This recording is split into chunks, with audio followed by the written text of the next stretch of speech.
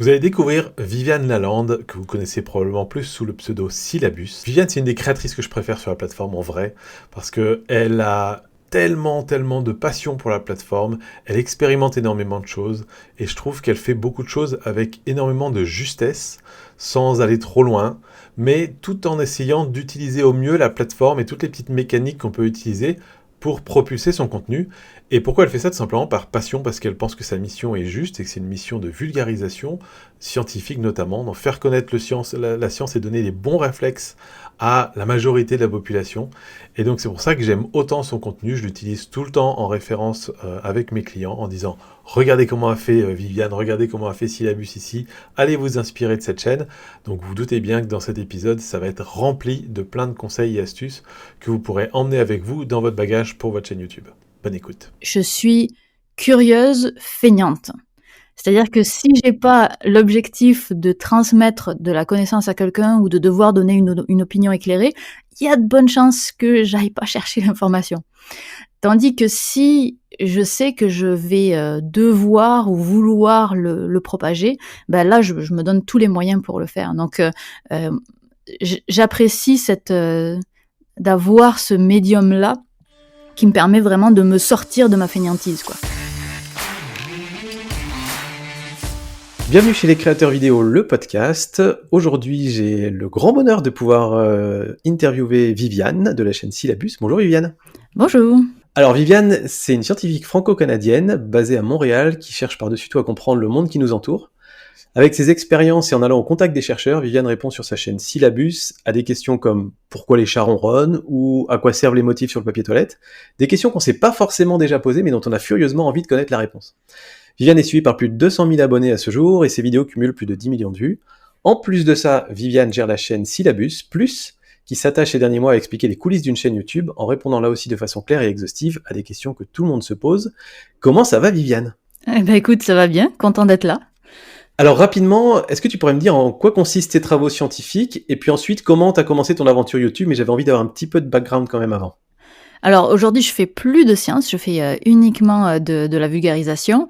Mais ce que je faisais dans ma thèse ou dans ma maîtrise, disons que c'était donc moi, je suis à la base formée en ingénierie et en mécanique, et j'essaie de l'appliquer au monde médical. Donc ma maîtrise, c'était 2 ans de recherche sur le développement d'un embout de cathéter. Donc les cathéters, c'est les longs tubes de plastique qu'on met dans les vaisseaux sanguins. Donc, je développais un embout de cathéter pour être capable de guider ce long tube de plastique dans les vaisseaux sanguins de manière autonome grâce à un IRM qui est un appareil d'imagerie médicale. Bref, c'est compliqué, je pourrais en parler pendant des heures. Donc ça, c'était mon tout premier projet de recherche. Puis là, le dernier, c'est je développais un implant pour les patients qui souffrent de scoliose, les jeunes patients qui souffrent de scoliose, donc les déformations de la colonne vertébrale. Et du coup, comment a commencé ton aventure YouTube en parallèle, j'imagine, de tes études ? Ouais, complètement en parallèle. Ça a commencé, je pense que c'était à peu près en même temps que le début de ma thèse, ou pas loin en même temps en tout cas. Donc il y a 7 ans maintenant, 6 ans et demi, quelque chose comme ça. Et en fait, je faisais déjà de la vulgarisation avant. Je faisais de la vulgarisation sous forme de blog. Et puis je faisais aussi des petites conférences, des petites interventions, notamment dans le cadre de mes recherches. Et ça me plaisait beaucoup. Puis je voyais surtout le format vidéo. Moi, en tant que consommatrice de vulgarisation scientifique, je regardais essentiellement des vidéos. Je lisais plus de blogs. Donc je me suis assez rapidement tournée vers la vidéo parce que justement je trouvais ça plus logique de proposer un format dans lequel j'étais moi-même consommatrice de ce format-là, quoi. D'accord. Et il y a eu un moment où ça a vraiment fait shift dans ta tête pour passer du blog à la vidéo? Ça s'est fait progressivement, ou t'as essayé les deux pendant un moment? Comment ça s'est fait? Ça a vraiment été progressif parce que je pense que j'ai fait le blog pendant 3 ans, quelque chose comme ça. Et mais aussi, je faisais beaucoup de présentations orales dans le cadre de ma recherche. Et puis, je me rendais compte qu'à l'oral, il y avait beaucoup de choses qu'on pouvait faire passer avec l'intonation, avec les gestes. Et je trouvais que ça manquait beaucoup dans l'écrit, qu'il y avait une saveur dans l'oral qui n'existe pas dans l'écrit, ou du moins que moi, j'arrivais pas à retranscrire. Et donc, c'est comme ça que je suis progressivement passée à la vidéo. Puis, il y a aussi, bien sûr, tout le questionnement du matériel. J'avais absolument aucun matériel pour me filmer à l'époque. Et puis à cette époque-là, les téléphones n'étaient pas assez bons pour le faire. Et donc voilà, donc j'y suis quand même arrivée progressivement. Et à partir du moment où j'ai eu le matériel, c'est là que j'ai commencé à me lancer. Ok, et ta motivation de départ, c'était uniquement le partage? C'était de créer une chaîne avec 200 000 abonnés pour un jour en vivre? C'était quoi la motivation de départ? Non, bah, ça n'existait pas vraiment à l'époque des youtubeurs francophones qui pouvaient en vivre. Je pense pas que j'avais cette ambition-là. Je pense que j'avais envie de partager. Et parce que c'était ça l'ambition de départ avec le blog déjà, c'est j'avais juste envie de partager, j'avais envie de vulgariser, j'aimais cette sensation-là. Et donc en vidéo, je pense que c'était juste au même titre qu'on change de niveau dans un jeu vidéo, je changeais de niveau dans cette activité-là, mais j'avais pas d'ambition particulière, quoi. Très bien. Est-ce que tu pourrais me dire quelle est ta vidéo favorite sur ta chaîne et pour quelle raison? C'est dur à dire parce que je pense que si je la revoyais maintenant, j'aurais plus le même avis. Mais une de mes vidéos favorites, c'est probablement la vidéo sur le marathon, qui est une vidéo qui a fait un flop total et qui commence d'ailleurs à remonter pour une raison que j'ignore dans les statistiques, mais elle a fait un flop total au moment de sa sortie. Et c'est une vidéo où je suis deux amis en train de faire le marathon et c'est une vidéo découverte pour moi. C'est-à-dire que je savais que j'allais filmer le marathon et je savais que j'allais parler de la science du marathon autour de ça, mais avant de filmer, je savais pas ce que j'allais retranscrire. J'avais pas les connaissances avant même de commencer mon projet. Et toutes mes vidéos préférées, c'est celles qui me font évoluer moi en tant que personne et en tant que scientifique. C'est quand j'apprends moi-même des choses avant de les communiquer. Et donc, toute cette étape de découverte, c'est assez grisant. Et quand on arrive à transmettre sa découverte, c'est là qu'on est content en général. Donc, peut-être la vidéo marathon ou de manière générale, toutes les vidéos qui sont un peu expérimentales où je partais d'une ignorance et je suis arrivée à de la connaissance.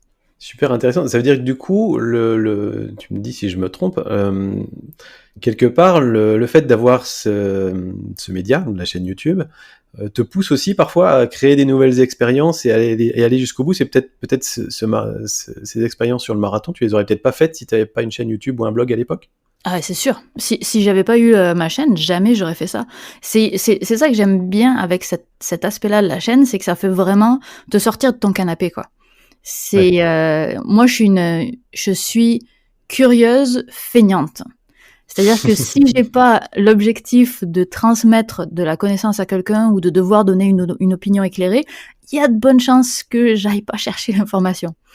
Tandis que si je sais que je vais devoir ou vouloir le propager, là, je me donne tous les moyens pour le faire. Donc, j'apprécie d'avoir ce médium-là qui me permet vraiment de me sortir de ma feignantise, quoi. Ouais, je te comprends tout à fait parce que j'ai une chaîne YouTube sur la photo, c'est par là que j'ai commencé d'ailleurs, où je fais de la photo de paysage et si j'avais pas ma chaîne YouTube, je me lèverais quasiment jamais à 4h du matin pour aller photographier des levées de soleil dans la montagne, et c'est quelque part la bonne excuse pour se bouger les fesses et aller tourner des vidéos et du coup vivre des expériences carrément dingues en fait. Et c'est grâce à ce médium finalement qu'on peut faire ce genre de choses. C'est génial quoi. Exactement. C'est un très bon exemple que tu donnes, là, se lever à 4h du matin pour aller prendre une photo. Faut vraiment vouloir sa photo pour aller se lever à ce soir-là.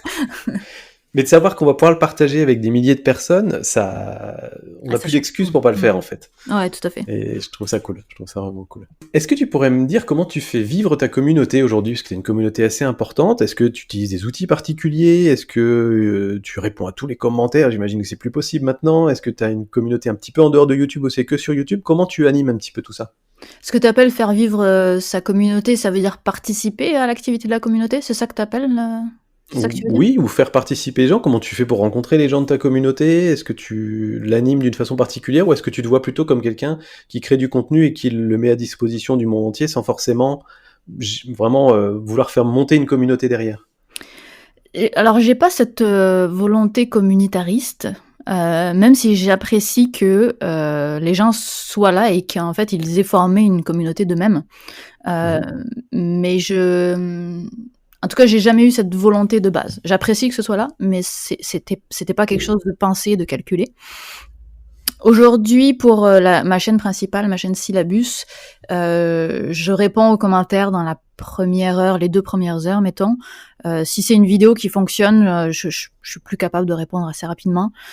Si c'est une vidéo qui ne fonctionne pas, bah là, je peux commenter assez longtemps. Donc, ça dépend un petit peu du succès de la vidéo. Pour Syllabus Plus, qui est donc ma chaîne un petit peu de conseils pour comment faire des vidéos, là je réponds, je vois tous les commentaires et je réponds dès que c'est pertinent. Donc là j'anime beaucoup plus parce que c'est pas la même relation qu'il y a sur Syllabus Plus ou sur Syllabus. Et puis sur Syllabus aussi la communauté est devenue plus grande. Donc comme elle est plus grande, c'est plus difficile parce qu'il y a beaucoup plus de variété de gens. Beaucoup plus de types de personnes et donc c'est plus difficile de savoir est-ce qu'avec cette personne j'ai un langage informel, avec un langage formel, ce genre de choses. Donc je réponds un petit peu moins aussi sur Syllabus, mais je continue de regarder les commentaires, ne serait-ce que pour une seule raison, c'est pour vérifier qu'il n'y a pas quelqu'un qui me dit que j'ai fait une erreur et que je dois enlever la vidéo parce que l'erreur est trop grosse, quoi. Donc c'est essentiellement, c'est la première raison pour laquelle je regarde les commentaires. 1, vérifier qu'il n'y a pas d'erreur. Et 2, voir si la vidéo est appréciée, mais pas tant dans le but d'animer une communauté. C'est juste, vous êtes là, je suis là aussi, et puis voilà, mais je sais pas, j'ai pas cette stratégie-là. D'accord. Je crois qu'on a un peu tous le réflexe d'aller, pour ma part c'est sur l'application YouTube Studio, je sais que la vidéo a été publiée à midi, j'y vais à 12h15 pour voir les premiers commentaires pour être sûr qu'il n'y a pas de « Ouh là là, qu'est-ce qui s'est passé à 4h32 ?» C'est un peu la crainte, mais ouais, j'aime bien l'idée effectivement de dire j'ai beaucoup d'abonnés, donc mais je ne veux pas les laisser sans aucune réponse, et donc j'y vais 1 heure après, comme ça j'ai un nombre à peu près acceptable de commentaires auxquels je peux répondre, et puis après les autres, bon bah tant pis, entre guillemets, il fallait être là dans les premiers, mais au moins tu as pu répondre quand même à des commentaires. J'aime bien cette idée-là, c'est un bon moyen de gérer des grosses communautés, je trouve. Ouais, puis aussi, c'est là que tu vois toutes les questions redondantes, et quand il y a des questions redondantes, tu peux te mettre un commentaire épinglé, puis répondre à toutes ces questions-là directement, pour pas qu'il y ait des gens en fait qui soient laissés dans l'attente d'une réponse. Et s'il y a un truc important, c'est bien de le mettre en commentaire épinglé, comme ça, avant de commenter, ils voient la réponse. Et donc voilà, je pense que ça peut apporter un petit plus à la vidéo qui peut être important pour certaines personnes. Exact. Et en parlant de petits plus, je me pose la question de ta chaîne secondaire du coup. Alors j'aimerais savoir déjà pourquoi tu as commencé une chaîne secondaire alors que quelque part, alors au tout début, quand on voit les tout premiers contenus de Syllabus Plus, on peut comprendre c'était un petit peu les off de Syllabus, mais pour le contenu que tu fais aujourd'hui, ça pourrait presque avoir sa place sur Syllabus. Finalement, c'est un petit peu le même ton, on est aussi dans des explications. Pourquoi l'avoir mis sur la chaîne secondaire et pas sur la chaîne principale? Et du coup, corollaire de cette question, est-ce que il y avait une envie quelque part de retrouver les plaisirs du démarrage de la chaîne YouTube quand la communauté est encore petite, etc. Enfin voilà, est-ce qu'il y avait... Ouais. Voilà. Alors, je suis étonnée que tu dises que ce soit similaire sur Syllabus et Syllabus Plus. Pour moi, c'est 2 mondes complètement différents. Donc, je suis assez étonnée de ça, déjà. Pourquoi est-ce que je l'ai pas mis sur la chaîne principale? Bah, déjà parce que pour moi, c'est 2 mondes complètement différents. Donc, pour moi, ça ne va pas ensemble. Et aussi parce que je suis assez persuadée que le contenu que je propose sur Syllabus Plus n'a pas d'intérêt pour la plupart des gens qui suivent Syllabus. Oui. Les personnes qui suivent Syllabus, a priori, elles sont là parce qu'elles sont curieuses et elles ont envie d'en apprendre un petit peu plus sur le monde et parce qu'elles aiment bien les questions cons. A priori, c'est ça la raison pour laquelle on s'abonne à ma chaîne. Mais Syllabus Plus, c'est une autre raison pour laquelle on s'abonne. On s'abonne pour avoir de l'information sur les coulisses, on s'abonne pour avoir l'information sur comment faire une présentation, une vidéo, ce genre de choses. Donc, la raison pour laquelle on suit une vidéo Syllabus ou une vidéo Syllabus Plus, pour moi, elle est tellement différente que ce serait pas cohérent de mettre tout ça sur une seule chaîne. C'est cohérent de mettre ça sur une seule chaîne si la première raison pour laquelle les gens regardent ma chaîne, c'est moi. Si c'était moi l'élément vendeur entre guillemets de la chaîne, ce serait logique que je mette tout sur la même. Mais là, je pense pas que les gens soient attachés à ma personnalité. Je pense qu'ils sont beaucoup plus attachés au contenu. Et tant que ça, c'est vrai, pour moi, je desservirais autant Syllabus que Syllabus Plus si je les mettais au même endroit. D'accord. Donc ça, c'était quoi ta deuxième question? Je l'ai oublié entre-temps. Bah, est-ce que tu cherchais ou tu étais heureuse de retrouver le plaisir de démarrer une chaîne de zéro tout ce qu'on peut vivre quand on démarre une chaîne YouTube versus avoir une chaîne qui est déjà très développée avec ses avantages et ses inconvénients? Est-ce qu'il y avait cette envie de recréer à partir de zéro, quoi? Il y avait pas, je cherchais pas à le recréer, mais j'apprécie de le retrouver. D'accord. Donc c'est différent. J'apprécie de retrouver le fait d'être content d'avoir eu 2000 vues. Ouais, J'apprécie parce que maintenant, si j'ai 2000 vues sur ma chaîne Syllabus, mais je déprime pendant des jours, quoi. bien sûr. Donc sur Syllabus Plus, j'ai 2000 vues et je suis contente. Et je lis tous les commentaires et il y a une vraie communauté. Là, je suis vraiment contente pour le coup pour Syllabus Plus. Je trouve que c'est important qu'il y ait une communauté, qu'il y ait de l'échange. Et ça me plaît beaucoup. Donc non, j'apprécie vraiment ce truc-là, puis de regarder, oh, j'ai pris 10 abonnés aujourd'hui, mais c'est merveilleux, quoi. Tandis que sur Syllabus, je le vois même pas s'il y a eu 10 abonnés de plus ou de moins. Ouais. Donc j'apprécie ce contact qui est beaucoup plus humain, beaucoup plus ancré dans le réel, tandis que dès qu'on a des chiffres qui dépassent, je sais pas, 50 000, ça veut plus rien dire. Qu'est-ce que c'est 50 000 personnes? Aucune idée. Donc Ouais, on se rend plus compte. on se rend plus C'est un compte. stade de foot, c'est juste... Ouais, c'est ça. c'est pas possible. Moi, j'en profite parce qu'on parle de Syllabus Plus pour inciter toutes les personnes qui écoutent ce podcast, qui sont pour la plupart sur YouTube ou ont envie de démarrer sur YouTube, d'aller suivre la chaîne Syllabus Plus parce qu'elle est vraiment excellente dans le domaine. Il n'y a pas beaucoup de chaînes françaises qui sont très informatives dans le domaine sur YouTube, donc allez jeter un coup d'œil, ça vous intéressera, je suis certain. Et d'ailleurs, parce que oui. c'est ça, moi j'en connais beaucoup des chaînes anglophones qui parlent de se lancer en vidéo, tout ça, c'est même très très très courant. Mais Oui. en francophone, il y a toi, il y a moi et il y en a d'autres? Il y en a d'autres. Alors il y en a une qui est très très grosse qui s'appelle Devenir YouTubeur. Ah, ok. Mais qui est vraiment très très jeune dans l'esprit. C'est beaucoup plus sur la motivation qu'autre chose. Et quelques petits outils pour faire des miniatures sur mobile ou des choses comme ça. C'est vraiment très très jeune. Le type est assez sympa, mais niveau contenu, c'est assez pauvre, on va dire. Et puis après, il y a quelques personnes qui font de temps en temps des vidéos sur YouTube, mais ils vont aussi parler d'autres choses. Alors il y en a qui sont très dans le business marketing. Ouais. Il y en a d'autres qui font des vidéos vraiment un peu sur tout, et puis il y en a une sur trois qui parle de YouTube. Mais après, spécifiquement sur YouTube, effectivement, on n'est pas beaucoup encore aujourd'hui. Ok.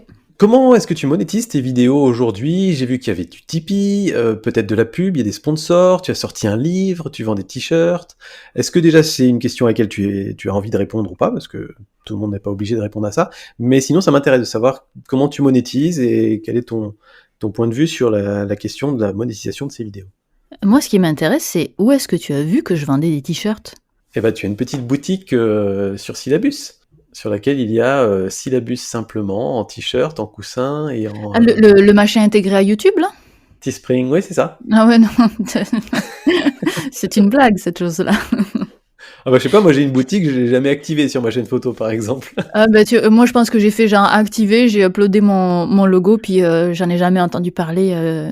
Personne, ni même moi, n'avons acheté de t-shirt, j'en ai jamais parlé nulle part. D'accord. Donc non, ça absolument pas. Donc pour la monétisation, monétisation YouTube classique, le AdSense. Tipeee, Utip et Patreon aussi. Donc ça qui est grosso modo mon salaire le plus fiable de toutes mes activités. Et puis quelques sponsors de temps en temps. J'essaie de trouver des sponsors. C'est assez difficile parce que il y a une limite à ce que j'accepte. J'accepte pas tous les sponsors et puis il faut pas que ce soit aberrant non plus en termes de prix. Donc c'est ça, j'essaie de trouver un juste milieu entre tout ça pour arriver à ce que ça s'équilibre. On s'entend que je ne peux pas vivre de uniquement mes revenus YouTube. Donc je vis j'ai beaucoup d'autres activités. On dit toujours dans ce milieu, quand on travaille pour soi-même, la clé c'est la diversification. Donc je travaille beaucoup à la radio, j'ai une chronique hebdomadaire à la radio, Radio-Canada. Et puis j'ai aussi des contrats par-ci par-là où je fais des vidéos pour d'autres personnes, où là je vais enseigner un cours à la rentrée à Polytechnique Montréal. Donc voilà, donc j'essaie d'avoir plusieurs activités pour que le total fasse en sorte que je puisse en vivre. Mais si j'étais uniquement sur mes revenus liés à YouTube, ce serait pas suffisant. Ok. Bon, c'est intéressant aussi d'avoir un petit peu cette estimation-là, parce qu'il y a beaucoup de personnes qui démarrent sur YouTube, notamment des plus jeunes, qui rêvent de devenir Mhm. youtubeurs, qui se disent oh là là, le jour où j'aurai 100 000 abonnés, je serai riche. Ouais. Mais pas forcément, non, non. Non. Ça dépend de beaucoup de facteurs, ça dépend du domaine dans lequel on fait des vidéos, et ça dépend évidemment de la monétisation derrière, du nombre de vidéos que tu peux faire, parce que toi tu as des vidéos très travaillées, donc tu peux pas non plus en poster 5 par Exactement, semaine. exactement. Et puis aussi de ta niche, comme tu disais, la science, c'est pas quelque chose qui rapporte beaucoup en termes de monétisation sur AdSense. C'est sûr que si je parlais je sais pas moi, d'argent ou de voiture ou de je ne sais trop quoi, j'aurais beaucoup plus de AdSense. Hein. C'est évident. J'avais rencontré une personne d'ailleurs à Montréal dans un événement YouTube et il avait à cette époque-là, je pense que j'avais pas encore 5 000 abonnés. Je devais avoir, je sais pas, 50 000 abonnés et lui, il en avait 10 000 et il faisait beaucoup moins de vues que moi et à peu près le triple de AdSense que moi. Ouais. Mais c'est parce que lui, il faisait du bricolage, donc forcément, toutes les pubs qui étaient en amont de sa vidéo, c'était lié au contenu de sa vidéo. Donc, a priori, le public pour la publicité était le même que le public pour le contenu de la vidéo. Ouais. Et donc, quand on a un accord de public entre la publicité et la vidéo, bah, tout d'un coup, on a une meilleure garantie d'avoir un AdSense assez élevé, quoi. Oui, c'est beaucoup plus ciblé. C'est ça. Il y a des annonceurs dans ce domaine-là. Dans la science, il n'y a pas spécialement d'annonceurs particuliers. Ouais, moi, ma dernière vidéo, c'était sur les squats. Qu'est-ce que tu veux faire? Oui, je l'ai vu, celle-là. Tu fais quoi comme vidéo? Tu fais quoi comme publicité quand tu as eu 20 minutes de vidéo sur comment faire un squat? Ouais. Ah, j'ai bien une idée de publicité pour un produit qui a cartonné aux États-Unis, mais je sais pas si on peut en parler sur le podcast. Il avait fait une pub avec une licorne. Je sais pas si ça te parle. Non, je vois pas de quoi tu parles. Ah, est-ce que tu connais le Squatty Potty? Non, mais du coup, je comprends. Ouais, c'est un produit qui était passé même dans une émission de start-up aux États-Unis qui s'appelle Shark Tank. Et donc, en fait, l'idée, c'est tout simplement un tout petit réhausseur que tu vas mettre sous tes pieds pour que ta position, quand tu es sur les toilettes, soit une position de squat qui, a priori, est beaucoup plus Et oui. élégante, j'ai envie de dire, et plus Mhm. efficace quand tu vas faire le number 2.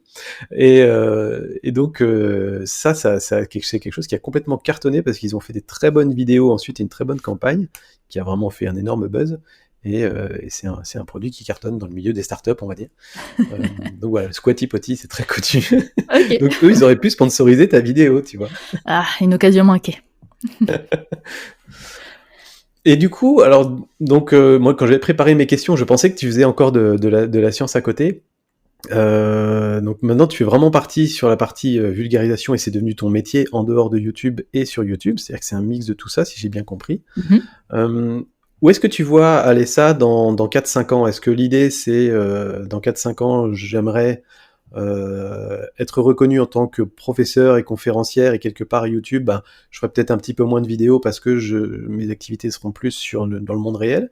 Ou est-ce qu'à l'inverse, tu te dis j'aimerais bien plutôt que ça s'oriente plus sur YouTube et faire de moins en moins d'interventions par ailleurs? Ou tu te dis l'équilibre est super comme ça, j'aimerais bien continuer comme ça, avoir un petit peu des deux, quoi? Bah, je te dirais que j'en sais rien. Et en fait, j'ai aussi pas très envie de le savoir. Ouais. J'aime bien me laisser porter un petit peu. Et je pense que dans ma carrière, je vais beaucoup changer. Je vais beaucoup évoluer, puis je veux me laisser la porte ouverte à changer, justement. Si je fais autant de choses, je fais de la radio, je fais de la télé, je fais du YouTube, j'ai fait un livre. Tu sais, je teste plein de choses. Et si un jour j'ai une proposition pour aller faire un truc que j'ai jamais essayé, il y a de bonnes chances que je dise oui. Parce que moi, ce qui m'intéresse, c'est de découvrir, en fait. Et ma plus grande crainte, c'est l'ennui. La seconde où je m'ennuie, je m'en vais. Ça a toujours été comme ça. Et donc, tant que je m'ennuie pas sur YouTube, pas de problème, je vais continuer. Si je commence à m'ennuyer, je vais aller changer. Mais je veux vraiment me laisser la porte ouverte à plein de choix.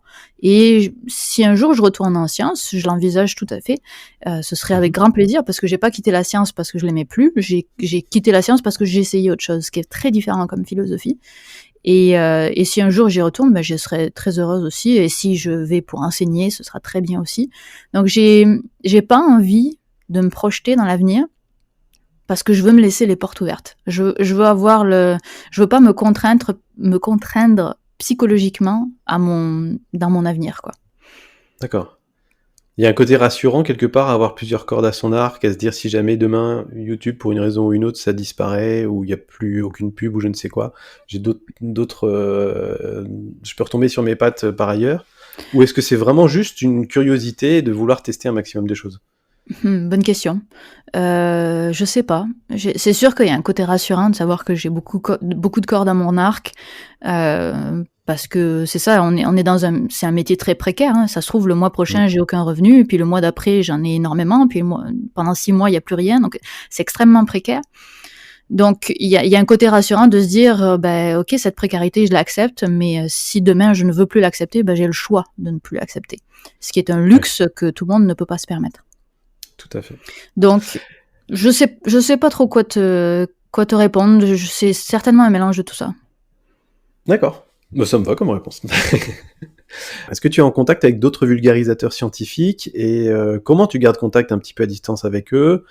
Comment ça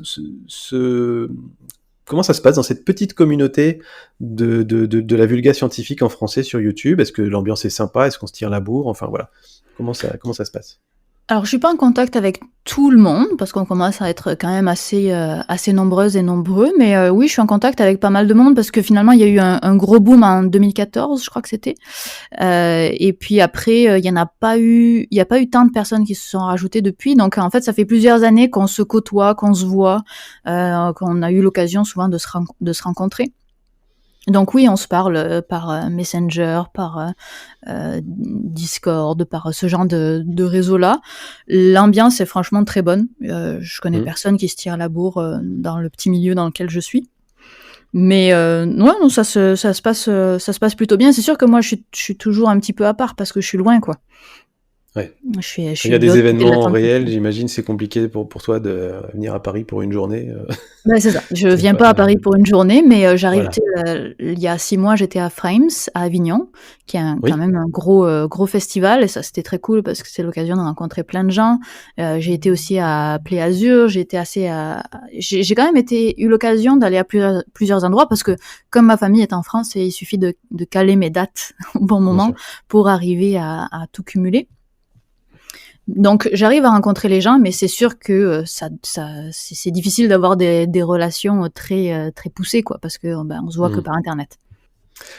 Quel matériel tu avais au démarrage de ta chaîne YouTube et quel matériel tu as maintenant et quelle importance tu donnes au matos de tournage, de studio, etc. Enfin voilà, ça m'intéresse d'avoir un petit peu ton avis sur la question, parce que c'est une question que se posent beaucoup de youtubeurs qui démarrent ou qui sont déjà un petit peu avancés. Alors, j'ai commencé avec un Nikon D5100, qui est un appareil dont, en fait, j'avais gagné un prix de vulgarisation scientifique dans le cadre de ma recherche, et j'avais gagné $1000, donc ce qui est quand même beaucoup. Et ce $1000, je l'ai utilisé à 100% pour acheter cet appareil photo-là, à l'époque. Et j'ai commencé aussi avec un Zoom H1, comme micro, et un petit micro-cravate à 20 balles, un truc comme ça. Et ça, c'était mon matériel de départ. La lumière, je me doutais même pas qu'il y en avait besoin. Donc ça, c'est ce avec quoi j'ai commencé. Maintenant, la liste est assez longue. Donc, je vais te résumer avec les 2-3 principaux trucs, mais mettons que je te ferai pas toute la liste parce que c'est trop long. Oui, très bien. Donc, j'ai un GH5 avec donc Panasonic GH5 pour l'appareil photo qui vient avec sa lentille de kit qui est une 12-35, je sais plus, quelque chose comme ça, 10, quelque chose comme ça. Et un prompteur par-dessus. Grande fan des prompteurs. Je vends le prompteur à qui le veut. Prenez un prompteur si vous faites des sciences. Je vais essayer. À cause de toi, je vais essayer maintenant. Tu vas voir, ça va te sauver la vie. Grâce à toi, je devrais te dire. Donc, GH5, prompteur. En micro, je change beaucoup en fonction de là où je suis. En ce moment, j'ai un Zoom H4n avec, en général, un micro-cravate Rode. Le lavalier. Sinon, j'ai un micro-canon Rode de VideoMic Pro que j'utilise quand je vais en extérieur. Et là, en ce moment, je suis en train de te parler avec un micro qu'on m'a prêté qui est un Audio-Technica AT2020 branché sur mon H4n. Très Et bien. donc Et des le son est lumières excellent. tout ça. Ouais, le son est Oui, assez donc bon. du coup, tu as quelques lumières quand même maintenant, Oui, oui, j'ai donc, une, grosse lumière devant, une key light avec, des LED, dont je peux régler l'intensité. Un backlight, j'ai, 2-3 lumières et j'essaie d'avoir une, air light, donc pour découper la tête du fond. Mais très Mmh. honnêtement, j'ai suffisamment de matériel pour faire une très belle image, mais peu de compétences pour. Donc, D'accord. disons que si j'avais vraiment les lumières, j'ai encore du mal à les maîtriser. Donc j'ai assez de matériel, mais je les maîtrise pas suffisamment bien pour faire l'image que je devrais être capable de faire avec l'équipement que j'ai. D'accord, et c'est pas quelque chose qui te passionne suffisamment pour que tu aies envie de passer 4 heures, 5 heures à peaufiner la lumière, le décor et tout ça? Beh, c'est que j'ai déjà passé ce 4-5 heures et à chaque fois avec très peu de succès. Donc, D'accord. je sais pas, j'arrête pas de faire des essais. Donc, un jour, je vais tomber sur quelque chose qui fonctionne, c'est sûr. Ouais. Bah, après, ça fonctionne, c'est fonctionnel en ce moment et c'est fonctionnel en ce moment, mais c'est juste que je pense que je pourrais faire mieux. C'est la Oui, nuance. puis tes vidéos esthétiquement sont très bien et de toute façon la principale valeur ajoutée de tes vidéos ne sont pas dans l'esthétique mais plus dans le contenu. Oui, j'ose espérer. C'est toujours bon signe. Mais c'est vrai que c'est toujours sympa aussi de se créer un petit peu un décor et un univers et de le faire évoluer, quoi. Quel conseil t'aurais aimé recevoir au moment où tu as démarré YouTube? C'est dur de répondre parce que j'avais pas d'ambition quand j'ai commencé. Donc j'avais pas tant besoin de conseils, tu vois? Donc, D'accord? parce que quand tu fais juste ça pour le plaisir, que finalement, le fait que quand les gens regardent, c'est: «Oh bah tu regardes toi». «Oh bah OK, d'accord, bah écoute, fais-toi plaisir, mais moi j'ai pas fait ça pour toi». Donc, ça c'était un petit peu la philosophie de ma chaîne au début, donc j'attendais pas vraiment de conseils de qui que ce soit. C'est peut-être un petit peu plus tard quand j'ai commencé à faire des vidéos vraiment pour qu'elles soient vues. Je pense D'accord. peut-être au bout de 6-8 mois, j'ai commencé à me dire: «OK, non, ce que je fais, je pense que ça peut être regardable et j'aimerais bien que les gens regardent» et qu'est-ce que je me serais donné comme conseil? Laisse-toi le temps. Laisse-toi le temps d'apprendre. Mais je me C'est-à-dire? laissais le temps. C'est-à-dire que moi, je suis 100% autodidacte dans la création de vidéos. J'avais jamais touché un logiciel de montage, j'avais jamais touché une caméra, j'avais jamais touché aux lumières avant de commencer YouTube. Et c'est long d'apprendre tout ça. Mine de rien, Ouais. chaque micro-ajustement, c'est quasiment un métier à part entière dans le vrai monde du cinéma. Donc, il y a beaucoup de choses à apprendre. Et puis, il faut se laisser le temps de faire des erreurs. Et moi, c'est toujours ma philosophie, laisser erreur. Les erreurs, c'est une bonne chose. Se tromper, c'est une bonne chose. Et Mmh. donc, si c'est plutôt un conseil que je donnerais, plutôt que je me donnerais, parce que c'est visiblement ce que j'ai fait, vu que ça, ça fait quand même un petit bout que j'y suis sur YouTube. Donc, mais non, j'ai pas mal vécu mes débuts sur YouTube. Donc, c'est difficile de me dire que je me donnerais un conseil en particulier parce que ça n'a pas été difficile psychologiquement pour moi. Est-ce que tu comprends ce que je veux dire? Oui, tout à fait. Ouais, je comprends tout à fait. C'est-à-dire qu'il y a pas spécialement de regret dans le process C'est que ça, tu as exactement. vécu. Ouais. Tu te dis pas, «Si j'avais pu, développer ma chaîne plus rapidement, il se serait passé ci, ci et ça». Au contraire, tu te dis: «C'est une expérience qui est géniale du début à la fin et je me vois pas la vivre autrement que je l'ai vécue». Donc non, ça se respecte, il y a pas de souci. Parfait. Quels sont les plans pour le futur de ta chaîne ou de tes chaînes? Est-ce que tu as des gros projets en cours? Est-ce que, tu veux emmener Syllabus Plus au même niveau que Syllabus? Enfin voilà, c'est quoi un peu tes plans? Non, Syllabus Plus, je pense pas que ça y arrivera un jour au niveau de Syllabus. C'est pas vraiment l'objectif. Moi, l'objectif de Syllabus Plus, c'est vraiment entre guillemets, de rendre à la communauté, d'aider les gens et puis de me former à former, parce que j'aime beaucoup former les gens, mais apprendre à former les gens, ça s'apprend aussi. Et donc, pour moi, Syllabus Plus, c'est aussi un moyen de me former à être capable de former d'autres personnes.